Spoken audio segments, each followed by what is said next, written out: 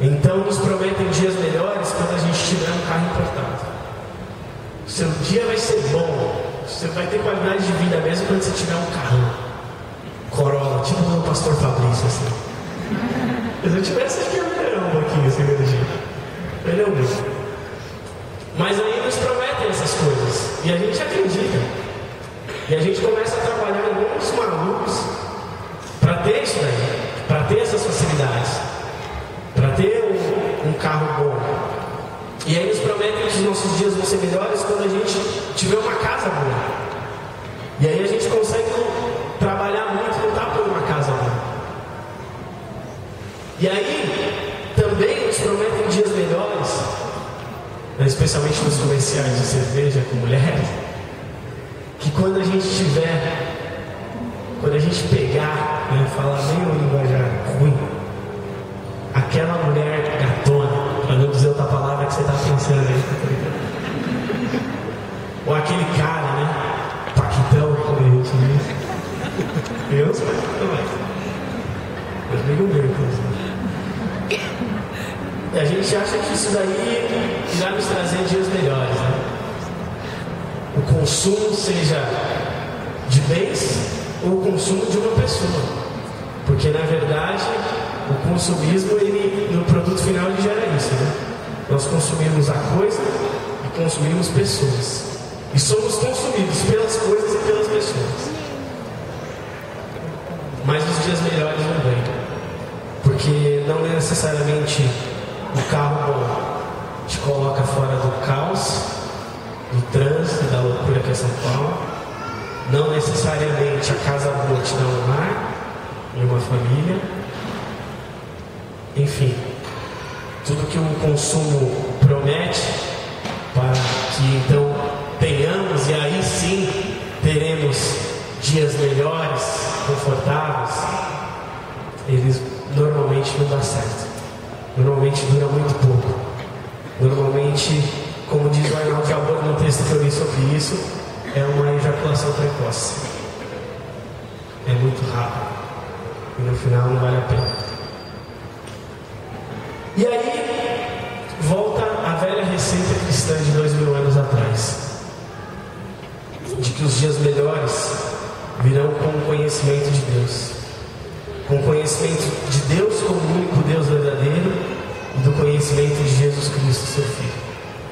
E o conhecimento bíblico não é qualquer conhecimento. Não é conhecimento de ouvir falar. Não é conhecimento de Google.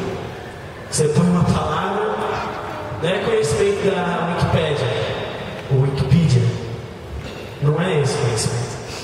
O conhecimento bíblico, ele é diferente. De um amigo meu, Gideon Alencar, ele fala, eu pergunto se ele conhece fulano, não conhece aqui esse meu amigo.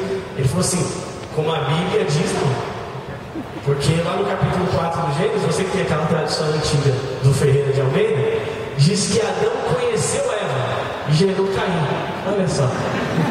Você vê que conhecer na Bíblia é um negócio diferente. Não é assim, conhecer simplesmente, é profundo. Não, eu estou brincando, mas é verdade. E esse conhecimento de que João está falando, João, um bom judeu, como um cara do seu contexto, da sua época, ele estava pensando no conhecimento que a Bíblia fala, que é um conhecimento profundo e íntimo, que é um conhecimento da relação sexual, inclusive, porque no Gênesis o que está dizendo é isso.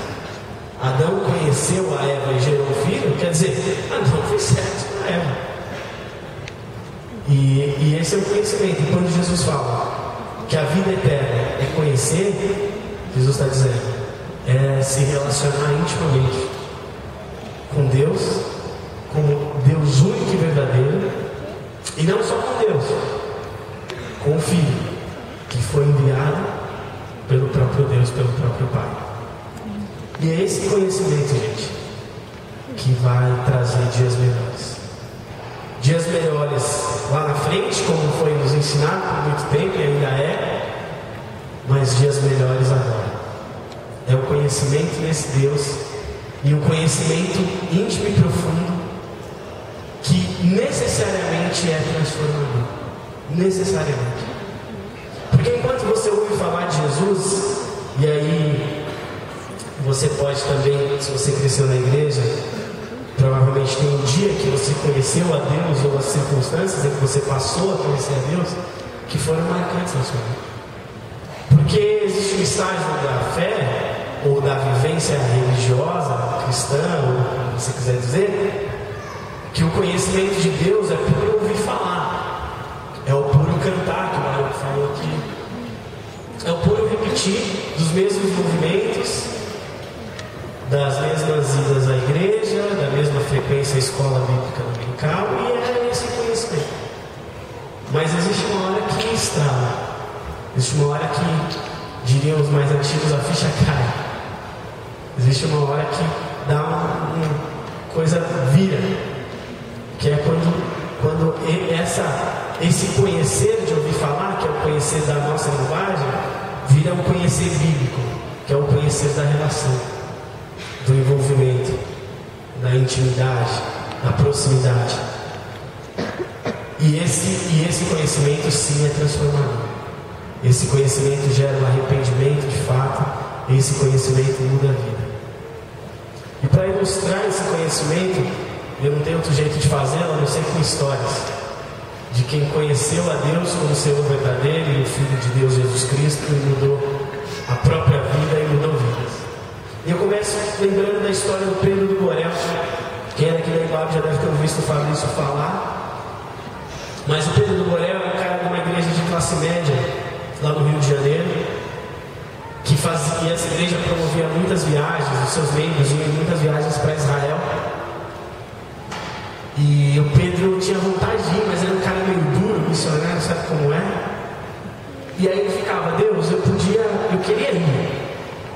ir para Israel, nem que fosse na mala, eu queria andar onde o Senhor andou, eu queria passar, tomar um banho ali no Jordão, onde o Senhor foi batizado, eu queria viver essa experiência do Oriente Médio, onde o Senhor andou por lá.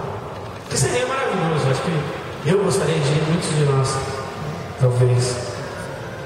Mas ele nunca conseguiu. E aí, numa dessas orações, numa dessas conversas dele com Deus, e ele estava olhando para o morro, no alto do morro tem uma cruz, e ele falava com Deus, olhando para aquele morro, o Morro do Borel, no Rio de Janeiro, talvez você já deve ter ouvido falar.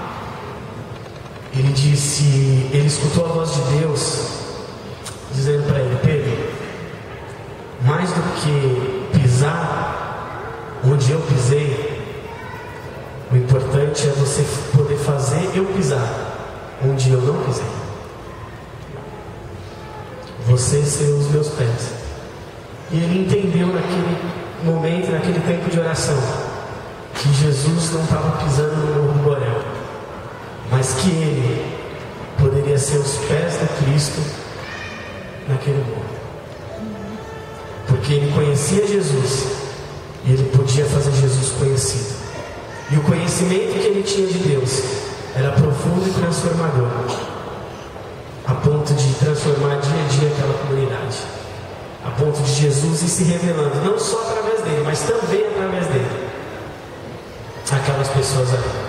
20 anos se passaram. Hoje a base da Jocum lá tem uma estrutura legal a nível de missão e do Morro do Rio de Janeiro, mas os números do tráfico, os números de homicídio, todos os números maus caíram, e dias melhores vieram sobre o Morro do Borel, porque o Pedro conhecia a Deus e a Jesus Cristo, seu Filho.